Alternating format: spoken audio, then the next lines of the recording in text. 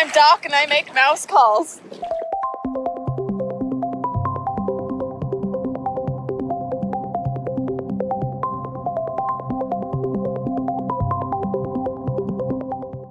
Ahoy, and welcome to Mouse Calls. If you are new to the channel, thanks for stopping by. I'm Doc, and just as house calls are a doctor's visits to one's house, mouse calls are my visits to the mouse. They are Disney trips that I take every so often, basically for the sake of my own mental well-being and to get away from my stressful day job, to make some memories. And these videos are meant to capture that and share the pixie dust with you all at home. This particular mouse call, we are coming to you from the amazing, the stupendous Disney Destiny. Destiny!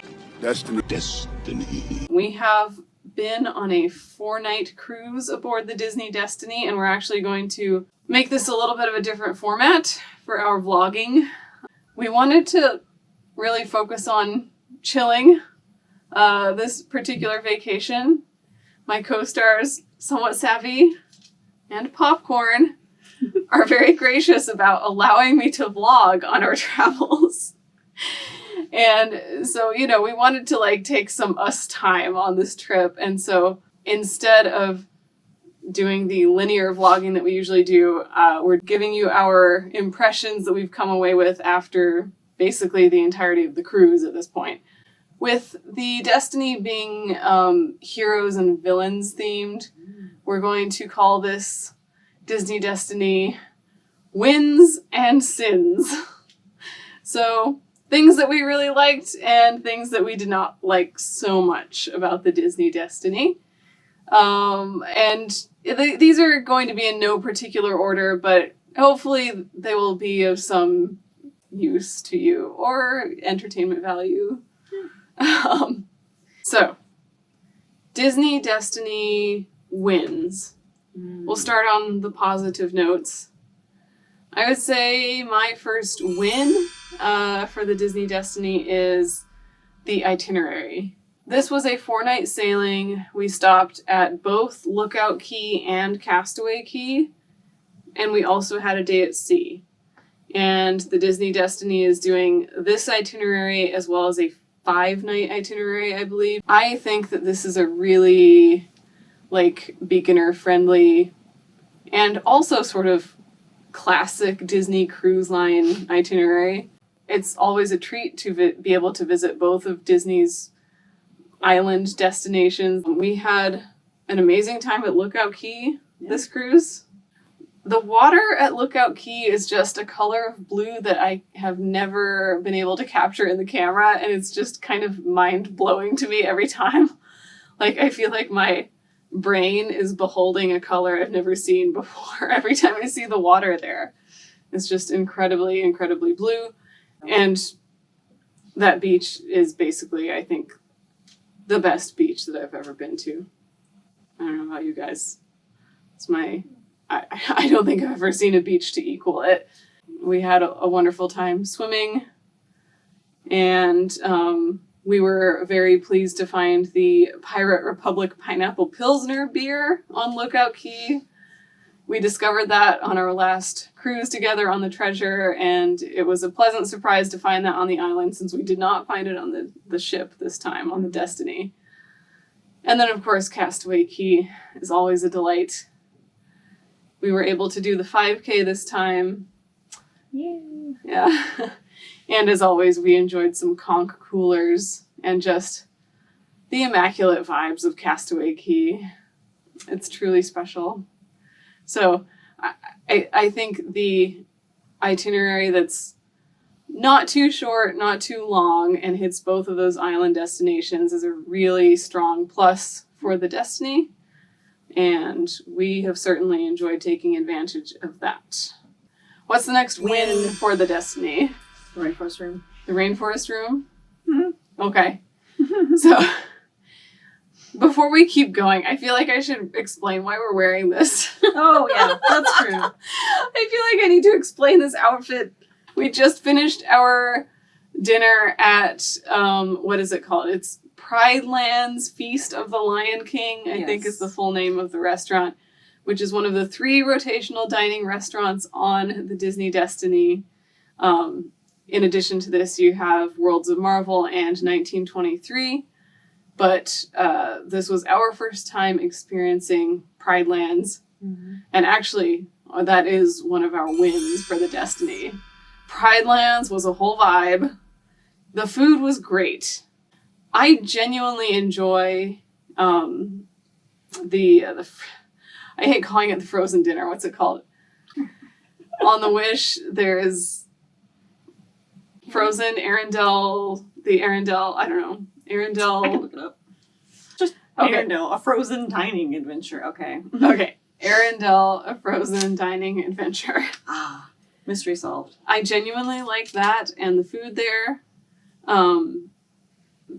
Coco on the Treasure was fine. Yeah. Honestly, that was probably a bit disappointing, and it's difficult for me to separate that from my high expectations, you know, like the differential between expectations and reality for Coco. But for Pride Lands, I had high expectations, and I would say they were met. I think, yeah. Yeah, I would agree. Yeah. Yeah. The food at Pride Lands, the menu was great. More variety. Yeah, the menu featured.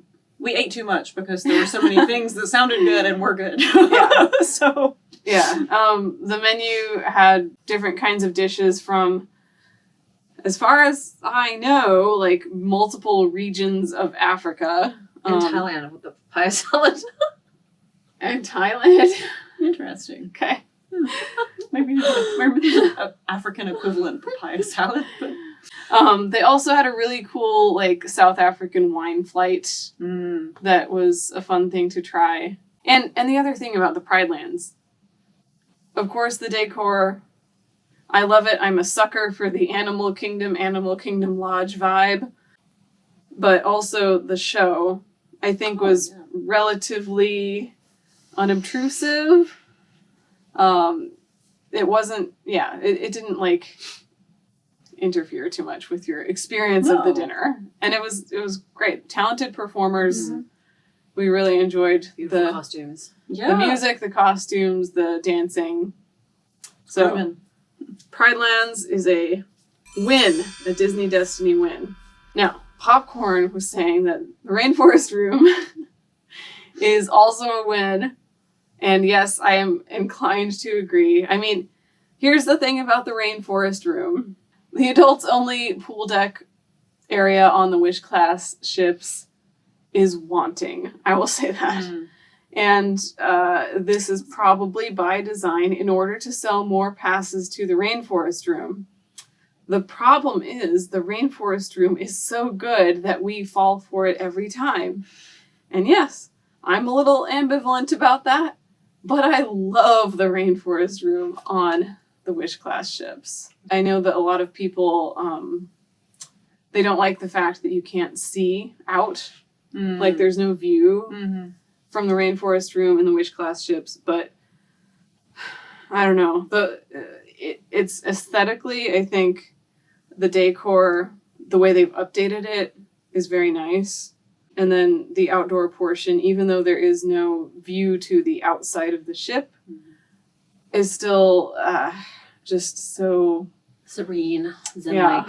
Serene. It's And a little oasis. you get the fresh air, you still get like the sea breeze, and yes, an oasis. That's a good way of putting it. So perhaps begrudgingly, but genuinely, we are giving a win to the Rainforest Room once again. The other thing that I think is a win for the Disney Destiny is another win for the entire Wish class, which is the Deck 11 food. Yeah. We're lumping together the pool deck, which is Mickey and Friends Festival of Foods, and Marceline Market, which is the equivalent of cabanas on the classic ships. Honestly, this can't be beat. I think objectively, the pool deck food on the Wish class just outperforms the other classes of ship. I, in particular, am a fan of Donald's Cantina, which is like a build-your-own Tex-Mex situation. Popcorn very much enjoyed Mickey's Smokestack Barbecue. I love the kale. The collard greens was decidedly kale. They call They're not really collard greens. collard greens, aka kale. It's green. Popcorn tasty. went back again and again for that kale. Yes. It's so flavorful. The ribs are really good too. Yes. Yeah. I think a Disney cruise ship pool deck is always a vibe. I love being up there. It's just like so fun and relaxing, and you get to be in the company of so many happy families, and I Yes. love it. It's a curated PG-13 experience. That makes it sound more edgy than it is. So good. It's a curated PG experience. G, yeah, That's right. totally G. Fine. A curated G experience. I mean, we're rating the decks, but the PG is the upper area. Deck 11 food experience on the Disney Destiny, and also all the other Wish class ships. Win. All right. I would give the Sanctum, which is the Deck 3 bar that is sort of open air, if you will. Yeah. Deck 3 midship. I would say this is a qualified win in that I do appreciate the aesthetic of the Sanctum. Yeah. I have a soft spot for Doctor Strange as a fellow doc. So I really loved getting a Doctor Strange themed space. And plus, like, I feel like the production design of the Doctor Strange movies and the Sanctum in particular and Camartage, very cool. Very cool aesthetic. I love the like arts and crafts meets kind of Eastern influence. Mm-hmm. Love that. And also the artifacts that you can see in the booths in the Sanctum. The cocktails were presented well. Let's say that. Yeah. Points for presentation on the cocktails. There was one cocktail called the Distortion Effect, which I ordered and drank, and it was fine as a cocktail. Popcorn had a very cool cocktail that had like a Tesla coil kind of on the glass. Yeah. Basically a fancy coaster Yeah. situation. Yeah. Well, you had, Somewhat Savvy had a very interesting presentation of a tea, sort of a tea-containing cocktail. Yeah. You know, it was very aesthetic and a very sort of striking presentation. Mm-hmm. A lot of the cocktails at that bar are that way. The flavor, you know, the taste, the cocktails themselves were fine. They were okay. They were syrupy. That one I had was a little, I mean, yeah, very like medicinal tea. There was nothing we would It wasn't honestly bad. strongly recommend. But points for presentation, I guess. The Sanctum did have a very cool Eye of Agamotto sipper, which I did get. And it is very cool. And I hope to find more opportunities to use it. But I enjoyed wearing that around. I wore it to our Worlds of Marvel dinner. And yeah, the sipper is very cool. Speaking of Worlds of Marvel, I would say that this is a win on the Destiny. Simple reason, basically, it is the second night show. I guess technically, as of this recording, it's the second night from the treasure. So basically, it's like Rocket Raccoon and Groot do like a very minimal kind of pre-show deal with Friday the AI. And then there's like some basic Marvel trivia that you either can or cannot participate in. Mm-hmm. No one's keeping score.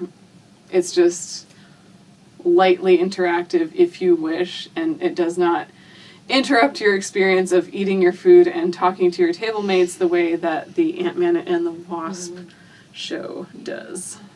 One area of improvement from before that we have noticed, so this would be sort of an improvement win for the Destiny, is the Haunted Mansion bar. Specifically their cocktail menu. We saw some things that were slightly better than the treasure. And I had one that was actually good. I thought mine was good too. Mine was terrible. Oh well. You win some, you lose some. Yeah, no. We're not saying it's another qualified win for the Haunted Mansion bar, in that at least it's not the same cocktail menu as the one on the Treasure. Yeah, we struggled on the Treasure. I'm not sure we actually found anything we enjoyed. Yeah, Treasure was basically nothing was acceptable on the cocktail menu, and then this one had a few. Mm-hmm. This one had a few that could be tolerated. Mm-hmm. So there's a qualified win there for the Haunted Mansion bar. What else? Keg and Compass. Oh yeah. Yeah. Or whatever it's called. Yeah, continuing with the It's not called Keg and Compass. What's it called? the bar theme. I'm sorry, you guys. But you've been watching this channel. So, yeah. Themed lounges are such a huge part Themed of the lounges. Wish class. Let's call them lounges. Themed yes. lounges. Lounges. Because the theming is part of the experience. Yeah. It's not just the drinks. Yeah. Kids go in there. Yeah, True, they do. true. Yeah. And the cask and cannon is a win for the Destiny. Mm-hmm. Essentially just a pirate-themed sort of tavern-like lounge. Good props. Lots of good props, lots of good set design. I loved the flickering lantern light. Honestly, that just made it so cozy and really contributed to the atmosphere. Yeah. Made us want to hang out there, spend time, which we did. We had quite a good time there on Pirate Night. We be commandeering this broadcast to bring you the entirety of the cocktail menu at the Cask and Cannon, the Disney Destiny's most illustrious pirate-themed sports bar. We figure we have time for one round before we have to go to pirate trivia, and then a second round afterwards, and we should be able to make it through most of the cocktails that way. Cointreau? Cointreau? Cointreau. Cointreau. I'll start over. I have the Kraken. It has Kraken Black Spice Rum, Cointreau, Lime. What is this? Orgeat. Orgeat. Kraken Black Spice Rum, Cointreau, Lime, Orgeat, and ginger. It's basically a Mai Tai with ginger. It's like a spicy, liquory ginger ale. I have the Shiver Me Timbers. It has barrel-aged Gosling's Spirited Seas ocean-aged rum, Demerara, and orange bitters. Yeah, that's basically it. Rum old-fashioned. And I have Drink Up Me Hearties. This is made with Baku 11-year tequila cask rum, also Patron Reposado tequila, Gifford Banana du Brazil, and cream. So it's like a creamy banana tequila rum situation. I love a banana drink in theory, so we'll see if this lives up in practice.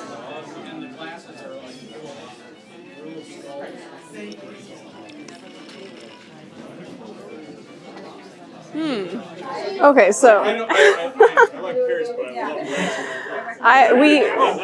we had essayed to go through the entire cocktail menu here and give you our impressions of it, thinking that those impressions would be generally favorable. Honestly, although there were positive aspects of the 3 drinks that we tried first, they were all too sweet. And when we asked about proceeding through the menu with like minor adjustments, such as losing the agave syrup, for example, we were told that the cocktails here are pre-batched. And that's just, we're not going to drink the cocktails just for the content. So, anyway, we won pirate trivia. We got the Goofy medal, which we've never gotten before. It was close. That was a tough one. Lots of questions that we had not had before. But I think ultimately this is still the place we want to be because we can get some food tonight. We can hang out. We can enjoy the pirate vibes. And we can enjoy the very good beers that they have on tap here. So overall, Cask and Cannon, still a win. but pre-batch cocktails are a sin. Yeah, so you know, the sins. the drinks at the Cask and Cannon were hit or miss. On the plus side, they had some really nice proprietary beer. They had a Davy Jones Weizen, which, if you've seen our Oktoberfest video, you know I love a Weiss beer, and this was no exception. I was so happy to find a Weiss beer on a Disney cruise ship, especially one that I could get in the big, you know, the big beer mug. Yeah. And they also have a decent rum selection. We actually tried a rum flight, which was very neat. Yeah, again, like, good presentation, and, you know, it's impossible for Disney to screw up rum that's already been made if they're not adding anything to it. So I would say the rum flight, that was a good menu item there, but the cocktails, if you're a fan of sweet drinks, I would say yes, go for it. Oh yeah, go for everything. Yeah. And all the lounges. In theory, it really showcases the versatility of rum as a spirit. Yeah. And so I love that about the cocktail menu there. It's just there's too much sugar. I would also say a win for the Disney Destiny would be the theming in general, in that there's sort of a heroes and villains thing going on, and they've incorporated that into various aspects of the ship, including the design of the ship itself, the way certain spaces are decorated and themed, but also some of the activities. I apologize, we didn't do set activities. I know there's a Dr. Facilia's parlor and like an activity with Cruella de Vil, but I guess what I'm getting at is I do really appreciate the classic ships and their classic nautical cruise line theming. That's kind of lightly Disney, but with this new trend of being heavily IP oriented, I guess what I enjoy is having sort of a general kind of common thread running through each ship that distinguishes it from the other ships. Like, the Wish, I guess you could say, is generally more princessy. Yeah. It's not explicit, but it's like there's more of a kind of princess vibe, and certainly the Grand Hall is, you know, Cinderella-esque, I guess. Yeah. The Treasure was very much kind of like an adventure, you know, a jungle cruise, society of explorers and adventurers. And then the Destiny, of course, is heroes and villains. And I like this as a thing to do, you know. I like having different flavors of these ships. So that is another win. Hang on, before we get into sins, I want to do favorite Disney hero. Oh my gosh. Okay, favorite Disney hero?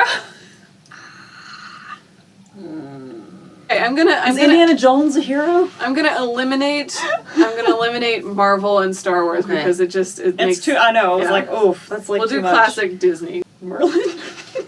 Merlin. Does Merlin count as a hero, or is he a supporting character? I think he's a supporting character, but I don't really like Arthur's fun. Oh. I just really love the sword and the stone. Hey, I'm gonna stick with the medieval thing, and I'm gonna say my favorite classic Disney hero is probably Robin Hood. Oh, yeah, that's a good one. You've got to admit it. I loved the Robin Hood movie as a kid. I watched it all the time, and it blew my mind as a child when I found out that Robin Hood came out in the 70s. To me, all Disney movies came out at the same time that I was a child. They're being released on VHS, like when we were children, and it felt like they were coming out then. Yeah. I loved The Lion King as a kid, so maybe Simba. Simba? Okay. Oh, it's a good one. That has Simba backpack. Ow! Jeez, what was that for? Do you have a favorite Disney villain? Ooh. It's not Ursula. We've been talked out of her being a villain at some point. I struggle with the villains thing, I'll be honest. Yeah. I am not a fan of villainy. I'm anti-villainy, which makes it difficult for me to be pro-villain. I will say, I love, love, love a villain with a redemption arc. Can't think of any classic Disney villains like that right now, though. I guess, like, a villain sort of duo, like villain henchman duo that I enjoyed. The hyenas. Okay. I like Yzma and Kronk from The Emperor's New Oh, Groove. that's a good answer. Yeah. Pull the lever, Kronk.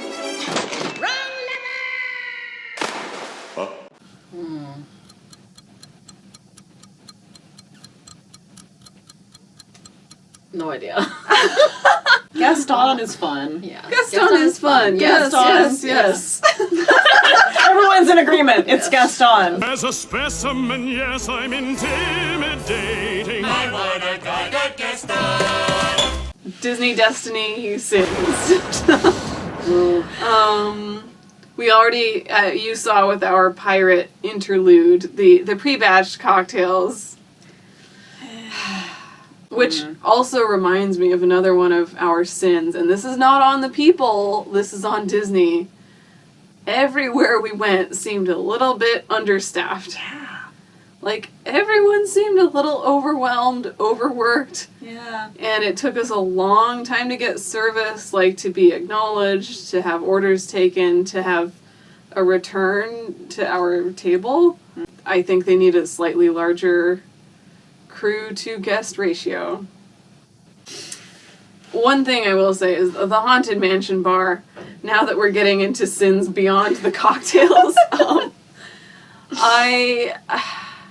I wish that the theming was a little more understated. Like, I don't mean make it less themed, I mean make it quieter. I wish there were fewer events and more kind of subtle effects in there. Well, and the idea I had was it's like if it was like Trader Sam's and certain things were triggered by ordering certain drinks instead of it just being stuff that's happening every 5 On a minutes. loop, Kinda- yeah. I want to feel like I'm enjoying a beverage in the Haunted Mansion rather than the Haunted Mansion being like, I don't know. Everything from the ride in this one space Yeah. that people like. And it's And like, and no. the fact that there is so much stuff from the ride that's like pumped into that space Yeah. makes it feel a little recycled. Besides the fact that there are 2 of them on 2 different ships. Oh, them not having stuff. Oh yeah. That was weird. A minor sin that maybe, Yeah. you know. By the time this released, it may already have been rectified, but there were several times that I feel like, ordered beer, Yeah. and it's even the ones that are supposed to be exclusive, and they didn't have it. They're like, oh, we don't have this, production issues, problem with the keg, but it was Yeah. still on the menu, Yeah. and it was like, oh, well, Like the Pop Spritz, one of our favorite cocktails on the Wish class, a consistent win on Wish class ships, is on the menu at Currents but not available at Currents. And when we discovered this on the Treasure, we thought maybe it's a fluke, but it's still the case here, so nothing has been corrected in that department. Buy some freezers. still no freezer. Yeah, For like- why? Anyway, so a minor sin there, but something we noticed. Temper your expectations, I guess. Anything else? I mean, honestly, like, we didn't have that many gripes. No. We had a great time. It was a very fun cruise. I think having been on Wish class ships a few times now, we kind of like have an idea of how we want to spend our time. Yeah. And it's a pretty consistent experience, honestly. Like it's a very easy thing to enjoy, and we have enjoyed it thoroughly. Yeah, I guess that kind of rounds out our thoughts on the Disney Destiny. Yeah. Guys, like, thank you for watching this brief. It was not a comprehensive, coverage of everything that's available on the Destiny. It was very much us doing what we know that we enjoy, which is what you should do on your cruise too. Like, yeah, branch out, try some new things, but like, do what you want to do. And, yeah.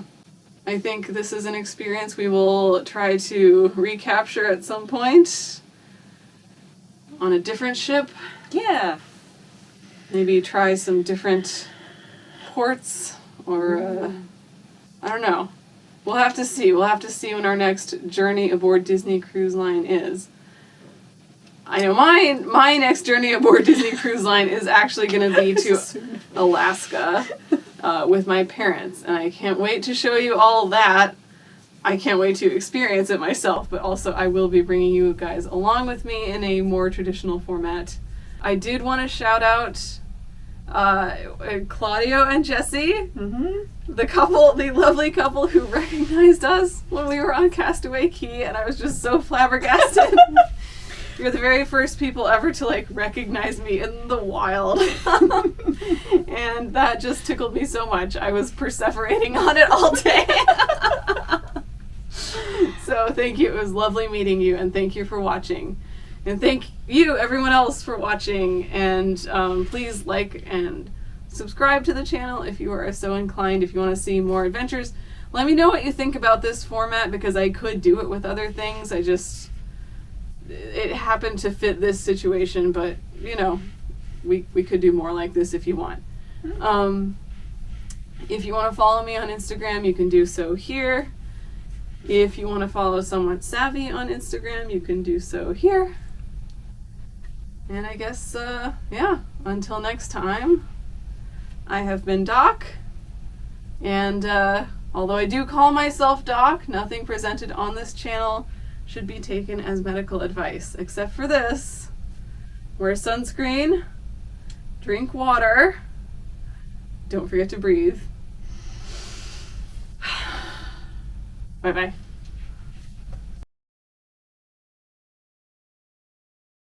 So I have this idea for like a Disney cruise ship. I would make it a Wish class cruise ship, and I would call it the Disney Star, okay? And the Grand Hall is Star Wars themed, but like fancy Star Wars, kind of like, whatchamacallit, what's his name? Drayden Voss's ship? Oh, yeah. Is that his name? Dryden Voss? Anyway, Paul remember. Bettany's ship. Paul Bettany's ship. From Solo, A Star Wars Story.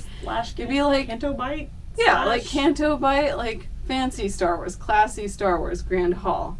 Lobby bar called Upon a Star, Blue Fairy themed, but you can't tell from the lobby because it would clash with the Star Wars theming. But inside, it's a lovely, delicate, beautiful piano bar. And let's see, the sports bar would be based on the Benbow Inn from Treasure Planet, underrated Disney movie. And what else? You could do, I would make the third deck midship bar the Sublight Lounge, like a redo of the Halcyon's Sublight Lounge. The Haunted Mansion / Hyperspace Lounge space, I would do something totally different. Maybe Tomorrowland Transit Authority, something, you know, Tomorrowland themed maybe. You could have Lilo and Stitch for the dinner show. Dinner, yeah. You could do something with Muppets in Space. You could do something with that Elio movie that no one watched. You could do something with Buzz Lightyear and Star Command, you know? Yeah. So many like star and space Disney IP is out there. The little aliens Yeah. from Toy Story. Oh, yeah. They could have their own like cafe. I think it would fulfill that need for like a Star Wars the need for a The Star need. Wars themed cruise ship.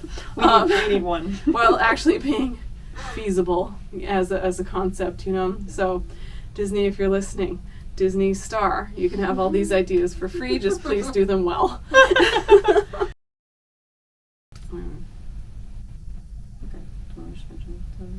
I mean, it doesn't. We can speak freely. Cut out whatever we do. That's true. Okay. Do we want to go to Sornian Bay or No. no?